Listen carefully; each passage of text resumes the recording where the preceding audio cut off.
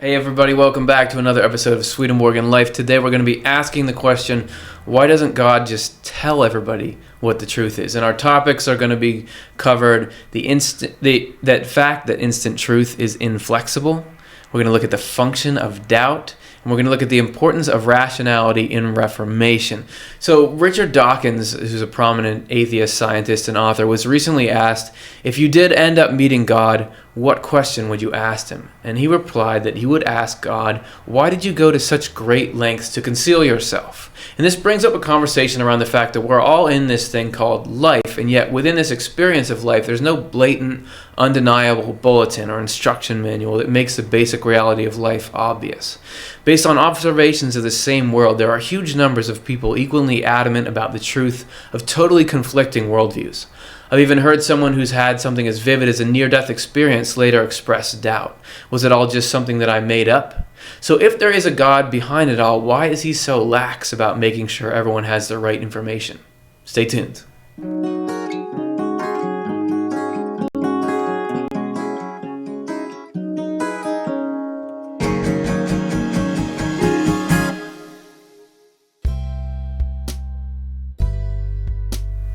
Okay, all right, we're back. That first topic was a tongue twister, man. Thanks for getting through that with me. My name is Curtis. I'm with the Swedenborg Foundation, which is a nonprofit group who puts this on and similar programming. And our guest today is Dr. Dan Synnestvedt. Dan is an associate professor of philosophy at Rationality College. Thank you very much for being on the program. Thanks for having me, Curtis. Yeah, it should be a lot of fun. We have a cool topic today that I'm interested to get to. So let's break it down segment by segment. Oh, before we get to that, Stuart has reminded me that this is the thing I always forget in the show. But we're going to have a live question segment, as we always do in the second half of the show. And in particular, we have a professor of philosophy here. So if you have any kind of philosophical questions, or how does Swedenborg relate to other philosophical worldviews, or anything like that, now is the time. Or any other questions you have on the topic as we bring it up. So just type those in on YouTube where you are now. Or if you found this on Facebook, you can go back there, write in a question. We'll pick it up, and we'll get to hear your thoughts and try to answer things as best we can. All right, so now we're going to go to our segments, like I promised before. The first one is called Instant Truth is Inflexible. And I get this out of a quote that's from Swedenborg. We're going to take a look at now. It's from his book, Secrets of Heaven. He says, "It is in keeping with the laws of the divine plan that one ought not to accept the truth instantaneously. No one should be persuaded in a single moment that the truth has been proved beyond all doubt. This is because truth imprinted in this way becomes merely expedient truth and lacks any reach or give. Such truth is represented in the other world as rigid and impervious to any good influence that would make it usable." Which is such a fascinating concept. It seems, Dan, that here he's saying that actually being completely sure of the truth can be hazardous at times. That's right. And we've seen in the media groups of people or individuals. Right. They might be called fundamentalists, or they might just seem to be extremely rigid and inflexible in their views. They're not open to dialogue, or they're not open to hearing other perspectives or having their beliefs challenged. Yeah, you rarely hear fundamentalist groups in any way being spoken of favorably. Like right. They're always sort of an adjutant to society. Right. And I've met people who I would describe as impervious to philosophy, right? Which is always scary to philosophers, because philosophers like to help people think things through. But to do that requires being able to step back from your normal frame of reference, or your paradigm, or your worldview, and reflect on it and say, yeah, I wonder if some of those fundamental assumptions are really the right ones. Yeah. But that requires a certain amount of flexibility to be somewhat comfortable living with a bit of uncertainty about things. Yeah, and here it's interesting. Swedenborg is saying that sort of uncertainty is built into the divine plan. That he's saying that there's always this, these sort of systems in place to make sure that you have room to doubt. Right. I was saying even people that people will have something like a near-death experience that's really vivid and really convincing, but then they just come back to life. And I've heard people saying, okay, well, did I just think that up? What? So it seems like that there's sort of these systems in place to keep people kind of open. Right, and I think there's a balance here, like there is in a lot of life, between being so flexible that you just are open to anything and everything that comes down the pike, and being so rigid that you're not useful, you're not flexible enough. To me, it reminds me of the human body. If we didn't have a spine, we would just be oozing all over the place. As some people have accused me in the past. Yes. On the other hand, if we were only our bones, yeah. Without the muscle and the tissues and the tendons and the ligaments and things like that, then we would be extremely rigid and not be very flexible. Yeah, that's a great point. And you just, obviously in the Swedenborgian worldview, the body is a metaphor for the spirit in a lot of ways. Right. And I sort of think about, I'm flexible in the elbow. Let me keep this on camera. Like this, but I can't go the other way. The elbow only goes, and that sort of seems like, I definitely want to, okay, what are the truths about life? But if someone's going to try to convince me, it's okay to harm people in this way, or that there are certain things that I'm like, no, that's not true. So where's the flexibility? Yeah. And the interesting thing here too, I mean, in this particular passage, Swedenborg is relating this about something that he's seeing going on in the spiritual world. Yeah. But he himself lived through this too, because after all, he studied philosophy.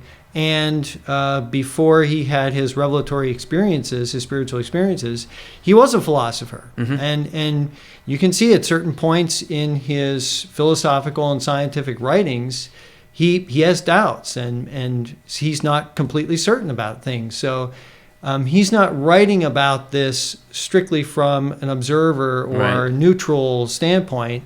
An armchair doubter. Exactly. Yeah. He's not an armchair philosopher. He was a philosopher. He himself personally lived through doubts. And yet there are also times when he does long for certainty in some of his works too. He's at certain points he says, if I could just have, faith, like just a simple faith and rejoice in that, like David does in the Psalms, he says at one point. But no, we need to think this through. Yeah. So he's on the human journey like everyone else was. And I just want to close this segment by saying it's interesting that last sentence there. He says it would be that kind of truth would be too rigid to any good influence that would make it usable. And it's a big thing in his worldview that we learn truths in order to use them and turn them into good actions. Right. And so that's kind of that if it's too rigid, it doesn't produce good actions, which is kind of you see in these groups that you mentioned. Yes, and there's actually historical influence there that we can point to in philosophy because there's a school of philosophy in America known as pragmatism, which is partly inspired by Immanuel Kant, who read Swedenborg, and also by William James, whose father was a Swedenborgian, and by Charles Saunders Peirce, C.S. Peirce, who we know also read Swedenborg. Yeah, so he's in there. And so this idea that something is true because it's useful, and that if it's useful, then it's probably true. Right. That actually has a Swedenborgian background to it. That's cool. It's great to sort of see all those connections and where it fits in. So let's roll into our next segment here. This is called the function of doubt, and we had talked a little bit about doubt, but here's a little more of the specifics of what Swedenborg says is the use of doubt. So this is again from Secrets of Heaven. On that account, as soon as plain experience in the other world, so he's talking about a spiritual experience that he has, but we're all spiritual as well as physical, so it applies to the human mind. As soon as plain experience in the other world presents good spirits with any true idea, an opposing thought is presented right afterward to raise doubt. This allows them to think and ponder whether the idea is so, gather arguments, and thus use reason to introduce the truth into their mind. Doing so extends their range of spiritual vision on the subject all the way to its opposite. As a result, their intellect sees and perceives the entire nature of the particular truth, which enables them to let in heaven's influence according to the state of affairs.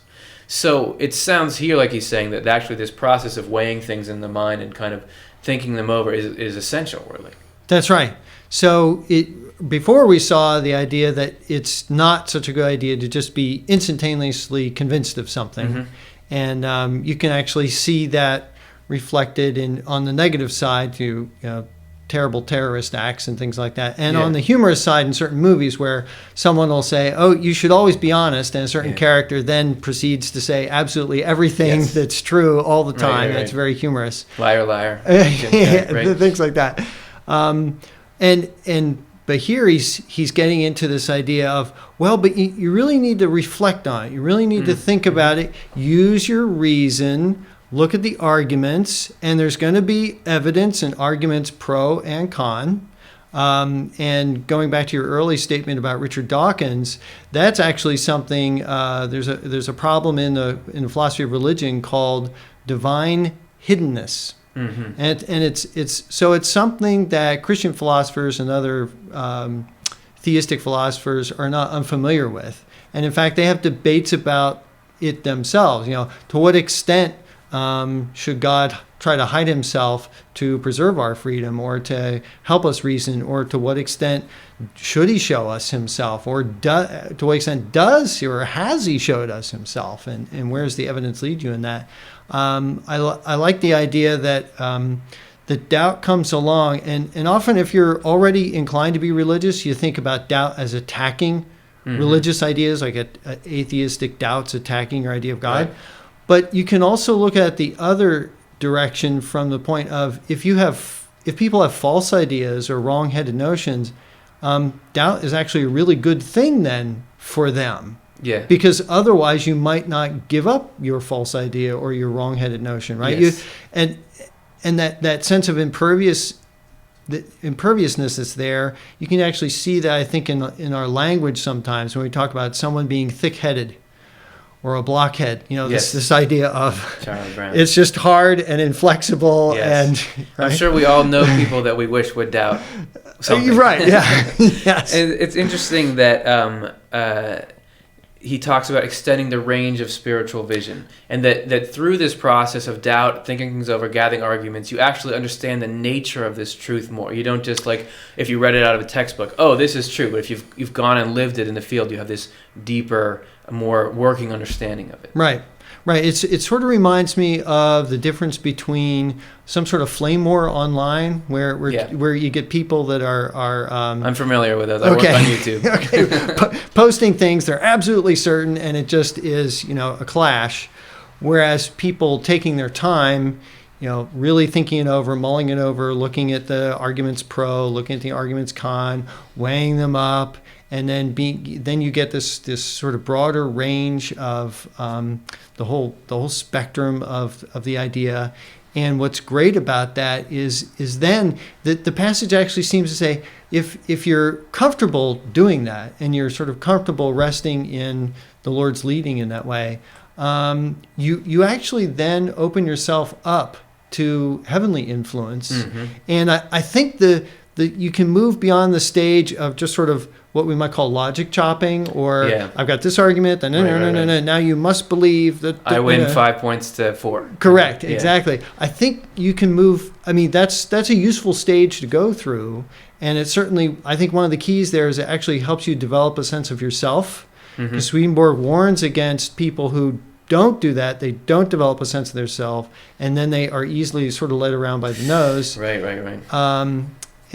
So it's good to develop your identity in that way. But it's great to move actually even beyond, I would call, a kind of stage of rationalizations to a stage of perception, where you are open to influences, ideas coming in, and seeing how the ideas can be adapted to fit a particular situation. Yeah, and that when you're open and when you're willing to weigh things and look them over, there is sort of this undercurrent of love of the truth, which is what he's talking, that I'm not in love with my position. I want to know what's true. Right. And that Swedenborg at times defines faith as an affection for truth. So this will probably lead right into our third segment here. So let's move to that, the importance of rationality and Reformation. That's a pretty good segue. Yeah. So let's take a look at another quote here. This is why it is integral to divine providence that we act from freedom and in accord with reason. For if we on the earthly level were deprived of the freedom to intend evil and make it seem reasonable by rationalizations, that would be the end of our freedom and rationality and of our volition and discernment. We could not be led away from our evils and reformed, so we could not be united with the Lord and live forever. This is why the Lord protects our freedom the way we protect the pupil of our eye. The Lord, though, is constantly using our freedom to lead us away from our evils, and to the extent that he can do so through our freedom, he uses that freedom to plant good things within us. So it's just, again, this idea that this process of weighing and exercising freedom is actually essential to connecting to the divine, in the first place. Right, and again, I think we can draw on Swedenborg's own experience in doing that, because even when he was a student at University of Uppsala, there was a big debate going on between the older faculty members who were used to a kind of medieval approach and that philosophy, and the modern faculty who were influenced by the philosopher René Descartes. Should we have it on? Should it be online or should we have it on paper? It would be like modern. Yeah. and Descartes is, if people know Descartes, it's because he's famous for his radical or methodological doubt, where he basically doubted everything. But his goal was to see if he could find something that was that could anchor his life and his beliefs. The famous "I think, therefore I am." Right. And what's interesting, it's at a certain point, Descartes says he involves himself in so much doubt that he feels like he's fallen into water, and that he doesn't know enough to either walk on the bottom of the ocean, and he doesn't know enough to actually swim on the surface. Yeah. And you can see the same thing happening in Swedenborg's mind too, where he's really thinking about all these different things, and in his pre-theological works, he at one point he gets confidence and he says, "There's so much that we know now." And the wind is blowing, and it's filling our sails, and we're going to set off on this great journey of knowledge. Yeah. But then at a certain point, he realizes, actually, it's not all about knowledge. It's more about figuring out how to be a good person and what you love. Yes, and you see that echoing all throughout his theological works. And he's saying that, it's a cornerstone of wisdom to admit that what we know is next to nothing compared to what we do not know. He'll often go on little tangents about the learned and how you can actually the more you think you can mess yourself up, and people who have less education, actually there's less standing between them and just being good. You're talking about Descartes, do I walk on the bottom, do I swim? That really that leads. You see him he takes little shots at himself, I think, in his later works. And so that definitely that's become a huge part of it, and that's something interesting about Swedenborg's worldview, is that knowledge is a pathway to love, and that actually if your love is in the right place, that can open up knowledge. You're talking about perception and all that. Yeah, at one point I read a commentary on Swedenborg that called him the philosopher of love. Yeah, and it's fascinating because I've talked with philosophers about this, and they're totally convinced that, like most people, we live in our thinking, in our minds, and they forget to go back a level and say, well, actually, a lot of times what we think is driven by what we feel and what we care about. Yeah. And yet, stepping back, there's still that ability to step back using your thought and look at fundamental assumptions is so important, because whatever fundamental assumption you make, from that, everything else follows. Yeah. It's like if I believe that everyone was out to get me, if you were nasty to me, I would say, well, obviously he's nasty to me because he's out to get me. Yes. But if you were nice to me, I would say, well, he's just trying to trick me because he's trying to get a way in. So Swedenborg says, if we don't stop and think about that and really exercise our freedom to reflect, then he says we just remain in our fantasies. And we judge everything else from those fantasies. So that's why I love the fact that he encourages us to stop and think and take a check on those fundamental beliefs. And to those of you at home, I'd say because people will have fundamental conclusions about themselves, like nobody likes me, I'm not very funny, I'm not very cool, or people feel, and often you're wrong. Often you're wrong because other people think better of you than you think of yourself. Well, and one of the great aids, he says, to helping us do that reflection and ask, get us questioning our own beliefs, is actually to get into a group with people or just one-on-one and ask someone, so what do you see in me? Yeah. Can you reflect on me? Can you observe? Tell me some things about myself, because often people actually do have more insights about us than we do about ourselves. Right. Well, I'm going to do it right now. You're doing a great job on this show. You're a great guest. I'm enjoying this conversation. We got to move on to our questions. Okay. We'd love to keep talking forever. However, we're going to come back in 30 30 seconds. And if you have any questions for Dan or I or both or neither, please type them up and we'll get to them soon. All right, we'll be right back.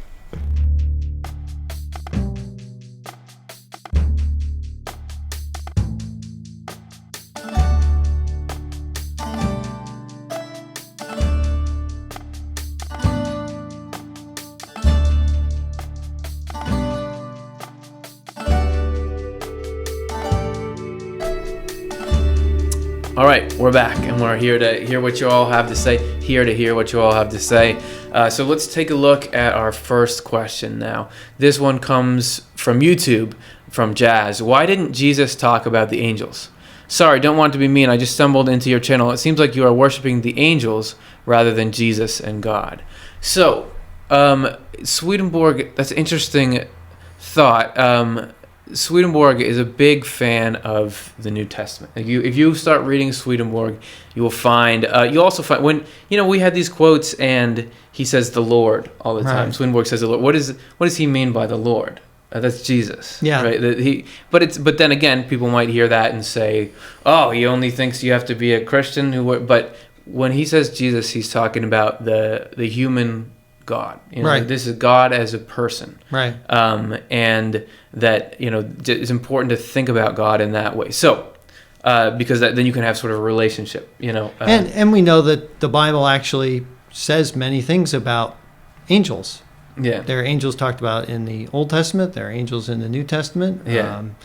And many prophets had visions in which they saw angels. Yeah, they are in there. You got to check. They're in there. A famous Catholic philosopher and theologian, St. Thomas Aquinas, he was known as the angelic doctor because he had such a well-established angelology. Yes. So Swedenborg is not the first one, and he's not the only one. Sure, and important to note that in Swedenborg's worldview, angels, if you start to, he was claiming he met a lot, talked to a lot, all that. Right. Angels being people who have been really kind, and God is reforming and making better and better. They will say, "Oh man, all credit to God. Like I'm just letting God's goodness through me. This is not me. This is so they would not want to be worshipped, even if we were. And that's a good point because Swedenborg is very clear that unlike some other theologians or philosophers, angels are not a separate race of beings. Right. They are people like you and me, mortals from planet Earth,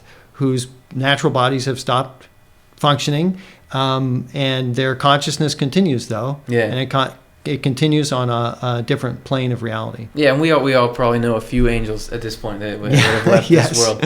All right, so thanks for the question, Jazz. Let's take a look at our next one. This is from Mark on YouTube. Was Swedenborg unique, or can we expect people now and in the future to bring us direct information from God? I would say probably not unique. I mean, it may be that the scope and type of his revelation you don't necessarily find. Like I have read a lot of near-death experiences and all that, and they have obviously they're tapping into sort of the same thing he did. Right. But however, he had this 3-decade-long continuous experience, so he gets into like a lot more details. But I would say, no, it's not like there's one source of truth and it's Swedenborg. Right. We had Dr. Eben Alexander come to Bernathen to the campus last year. Yeah. And there was a profound experience. Someone who was a materialist, a naturalist, a brain surgeon, and convinced that, there really wasn't a God. There's no afterlife. But then had this profound experience and actually learned quite a bit.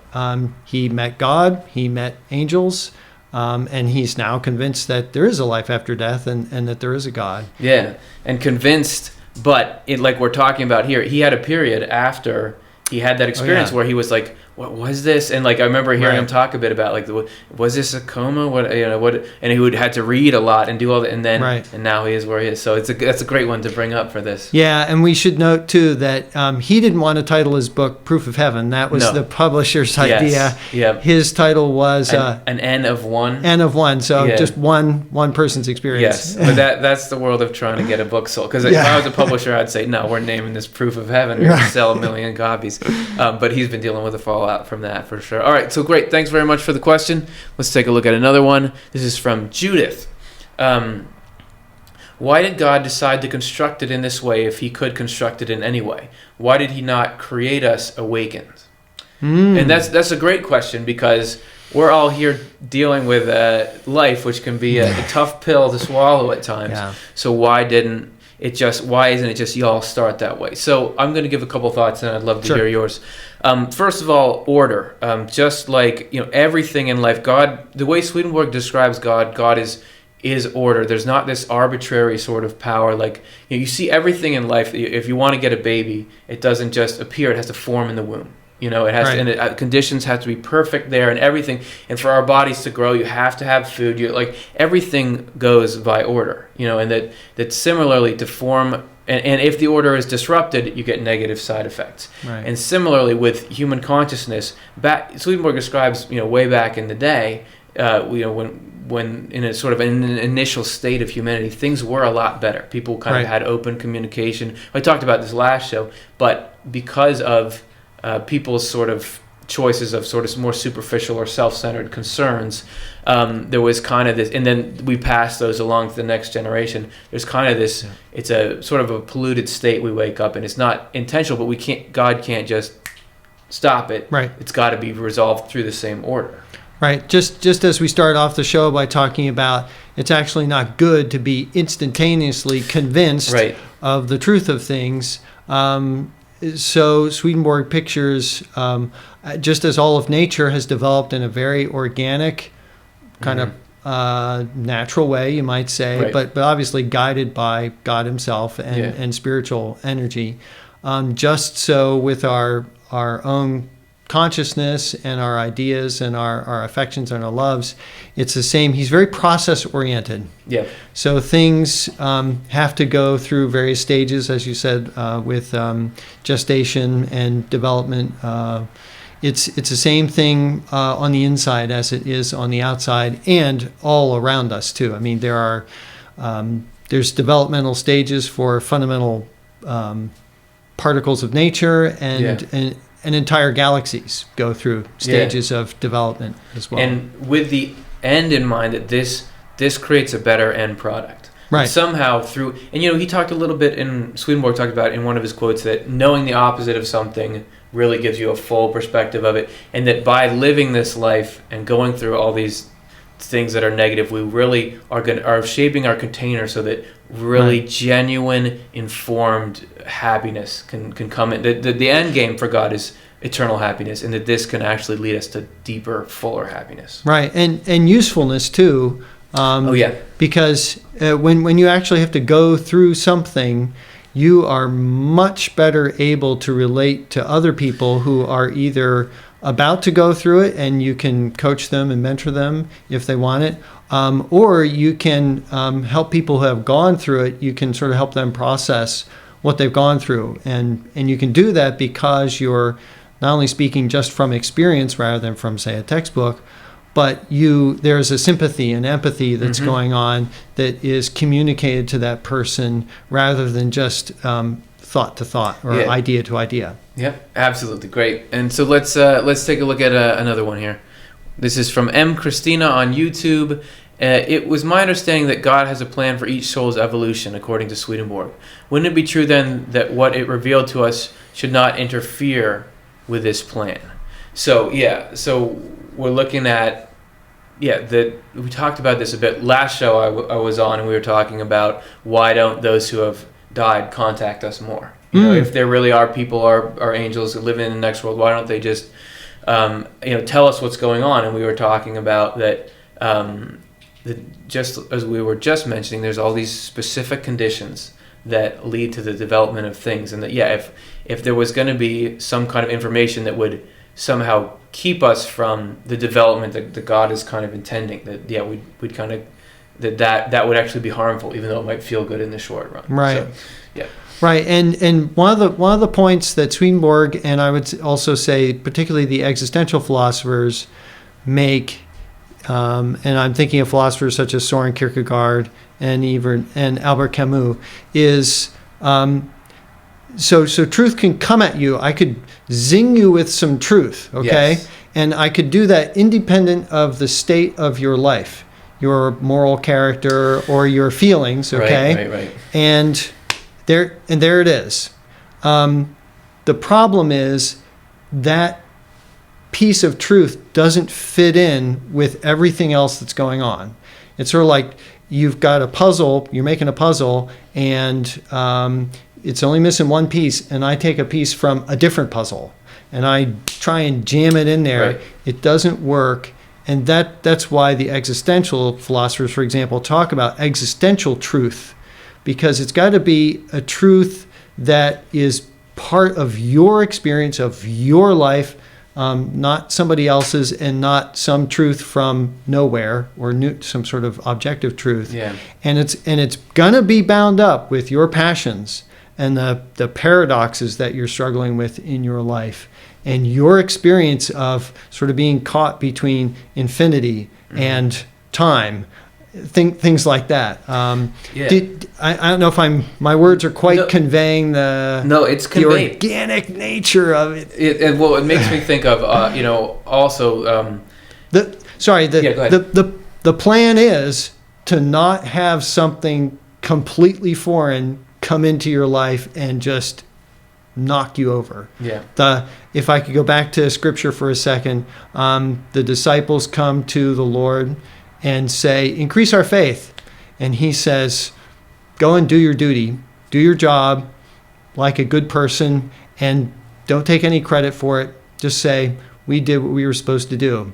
And he says, you'll have as much faith as you want. Yeah. So the idea is, live your life, and your life is going to open you up to all sorts of things. Yeah, and just as the brain is part of the body, it's not existing independently. We talked earlier about how actually knowledge and love are part of a system, and if you're being given, if your love is in the wrong place and you're given knowledge, you could actually turn that against yourself. Like if you're trying to, if you as a superficial example, you think, oh, it'd be nice to let this guy know how to get into this bank because it's knowledge. You know what I mean? Right. So it's all there's a larger system, a larger goals there, and God is kind of monitoring what comes in. All right, let's take another one here.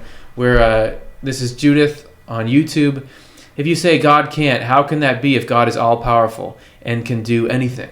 And so this kind of brings up, this is the problem of evil. And you can't God do anything? And Swedenborg says God has infinite power, but he also seems to sort of, and I'd be interested to hear your thoughts on this, but it seems that there are some limitations, because he says God can't work against order, that God can't do evil, these kinds of things. So that it's not just like, and he talks about why isn't everybody just instantly saved or transformed or something like that, because he's saying you couldn't just take a lion and make it into a lamb. You think about the genetics and the biology that it's just they're not convertible machines, so that there is some limitation, it seems like. Well, and it's limitations from our perspective. Exactly. I would say. Yeah. It's interesting because when as soon as you start to say, well, God can do anything, we one of the first things that crops into our mind, or frequently crops into our mind, is the sort of earthly equivalent of the divine, and so picture a really powerful tycoon of industry or corporate America, or some dictator, let's say, and he can do anything. He can do good things. He can do bad things. Yeah. He can, and as soon as you start down that path, then that's not God. You've got two different ideas going. Because as Swedenborg says, God is so good and so loving and so wise. He would never do anything evil. He would never do anything immoral. He would never do anything bad. We, from our limited perspective, think, oh, well, that means he can't do everything. Yeah. Because, if I was God, I'd be doing all sorts of stuff. Yep. Plato has an interesting story in one of his dialogues about an innocent shepherd boy who finds a ring, and when he turns the ring, it makes him invisible, and he does all sorts of bad things. And we think, ooh, well, that's unlimited power because he can get away with it all. Right. But that's from a fallen humanity's perspective of what power means and what it means to do things. Yeah. If we try to think beyond our limited way of approaching it and sort of think about it from God's perspective as best we can. Yeah. Best estimate. Doing things is just showering everybody with love and sending out the thoughts, the wisdom to enable them to love each other and do good things. And that's where the power to do anything originated from. Mm-hmm. So he still has all that power. He always will have all that power. And he's constantly giving away all that power. Yeah. So he's doing real deeds. He's doing the things that will last forever, if you think about it from that perspective. Yeah, and you need, because you sort of see like, oh, well, if suddenly I was in charge of life, I could fix this up, I could fix up that, but that from that 30,000 feet, wherever God is, however many thousand feet that is, that what looks to us like chaos, that there's something good coming out of this, that this actually is the most loving, wise trajectory for life and existence as a whole, but for each one of us. Our lives seem to be, you couldn't have written a worse life, Right. But it's like, actually, when you understand what's really important and where this is going, people who have near-death experiences, they you'll have them going into it, at odds with life, and they're shown, the reasons for things, and everyone right. comes away saying, I get it. Yeah. This is good. This is fun. All right, so we're running a little bit late. I think we'll take another question here. Sorry, we can't quite get to everybody's, but let's see what we got here. Animus Tellum on YouTube. What is your perspective on those who declare that they know the truth about God and demand that others follow in the same perception? In other words, how do you view zealotry and the affected people? Well, I run into them online, and I think they use capital letters a lot. And certainly you don't run into a lot of people who say you have to think like I do, and you get a good feeling from those people. Mm-hmm. And Swedenborg, maybe more than any other topic, spends energy sort of railing against what he would call faith alone, or this is commanding people to think like I think or do. And he's so ecumenical in his worldview, where he says that actually any sort of philosophy or view of life can be a path to heaven as long as you're living in what you believe is a good way. So certainly those people would be a little too rigid. Right. Yeah, in our terms. Yeah, I would say there are times in life when you have to stand up for what you believe in, and there's certainly good examples of that in the Bible. If you think about Daniel in the lion's den. He refused to bow down to foreign gods. He was following the Jehovah's commandments, and that's certainly very admirable. And Jesus himself, of course, stood up against religious authorities and secular authorities in his own day and preached what was true and tried to get people to change their lives. I would say the motivating energy and force behind that, though, was not you're going to be a copy of me. Right. Yeah. Instead, it was more of we need to love each other. We need to realize how we're connected to each other. We need to be in good relationships with each other and with our God.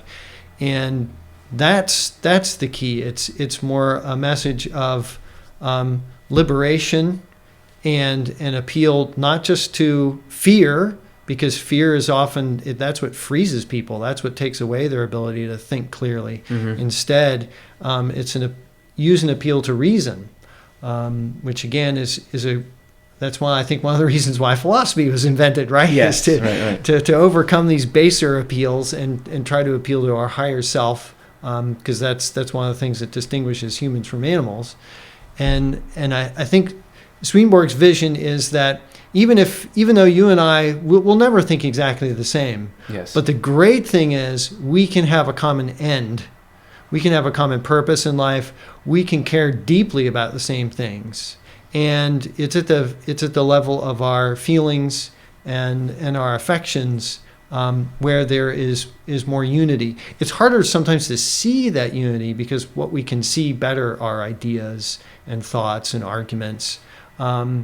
But if we stop and reflect, actually not so much on what we're thinking, but on what we're feeling, mm-hmm. and on what we're doing and the goal that we're pursuing, that's where we can sense or perceive a sense of unity. Unity, and we had talked before about sort of the the actually love driving ideas, and that there are certainly there's certainly decent precedent for forcing people to love the same way. As in, we all say you can't murder. You just can't do it. This is an issue of love. It's just not an acceptable part of society. Yeah. But as far as thinking differently, that's we can deal with that. But these sort of issues of action and love, or behaviors, behaviors. So anyway, we could obviously talk for a long time about that. There's a lot of good things to say, but those are some of our thoughts. Thank you, everyone, for your questions. Sorry that we couldn't get to them all, but you can definitely. For some reason, YouTube erases the live questions. But if you want to retype yours if we didn't get to it, and we'll try to answer it during the week. All right, we're going to take a quick video break, and we'll be back for our correspondences segment and to wrap things up.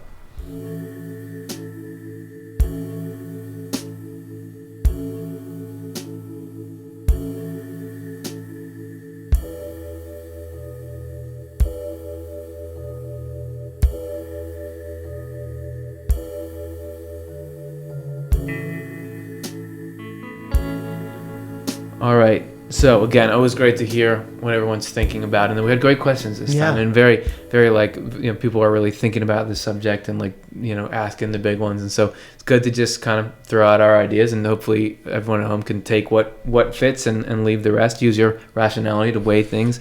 So we're going to move to a segment that's called Correspondences, and we do this every week, and it's based on this idea of Swedenborg. If you read Swedenborg, you'll come across this word correspondences pretty regularly. And it's sort of the idea in a nutshell that physical objects or external objects can be representatives or images or things that respond to inner spiritual reality. So we want to take a look at a specific example. We're going to be looking at ships this week. Dan, would you like to say a little bit about, so Swedenborg talks a little bit about ships and their representation, and how do you find that in his works? Yeah, it's fascinating because philosophy deals so much with the mind, and Swedenborg pictures a ship as a like the mind, and there's some great stories both in philosophy as well as in the Bible that relate to this. You think of Noah's Ark. You think about the disciples in the Sea of Galilee, and they're being tossed by waves and by a storm, which is like, for example, waves of doubt crashing against your mind and upsetting you and upsetting your worldview. In philosophy, there's something called Neurath's raft, which he pictures all our beliefs like planks in a ship or a raft. And he says a lot of times we're more comfortable replacing rafts that are not functional at the edges of our ship, right? But sometimes the main problem with our raft or our ship is actually the planking at the center. But we're much more reluctant to replace those because those are the ones that we care the most about, and they're harder to replace. And yet sometimes people do it. Sometimes people have experiences, or they have really start reflecting very deeply. There's a famous atheist named Anthony Flew. He's a philosopher, and for years he was very critical of religious people. But then toward the end of his life, he became a deist. So not a theist, not a Christian. Right. And they didn't believe in a personal God. But he said, I think there is so much evidence, particularly from the sciences, pointing to some kind of really incredibly intelligent being, some kind of designer or engineer, that I think there is one now. And that was so he took out a central plank of his ship and put in a new central. Before too much water got in. Yeah. So you see, in water, all these correspondences tie together because water, Swedenborg will often talk about that as truths or ideas, and that the ship is what you use to navigate the water. So if that's looking like, in our minds, we have this sort of view of life, and that's how we navigate the waters of information and all that. So this is all just sort of a backdrop. So we're going to take a look for 45 seconds at some different images of ships, and just picture it as an image of the mind and just see what comes to you and what you get. We'll be back soon.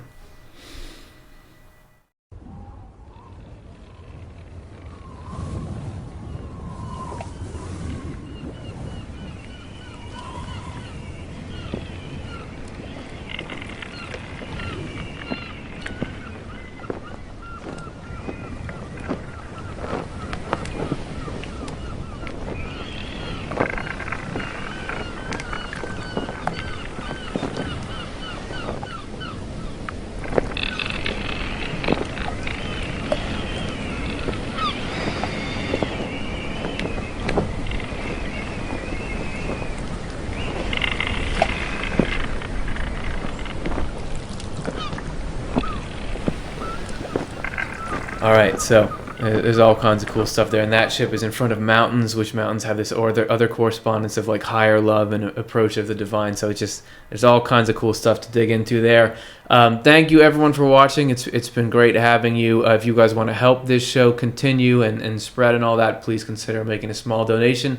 Swedenborg Foundation is a nonprofit organization. You can get your taxes deducted from it. You'll actually be matched by a grant that we got, so a little can go a long way there. Just open the description of this video and click on the link there. Thanks, Dr. Dan Synnestvedt. Thank you so much for being on the show. It was truly a delight to hear everything you had to say, and great to talk with you on this. We hope that you'll come back someday. Thanks so much for having me, Curtis. I really enjoyed it, and yes, I'd love to come back. All right. So let's do another show right now. All right, we'll wait a week or two. All right, everybody, we'll be back, though, next week, and we'll see you there.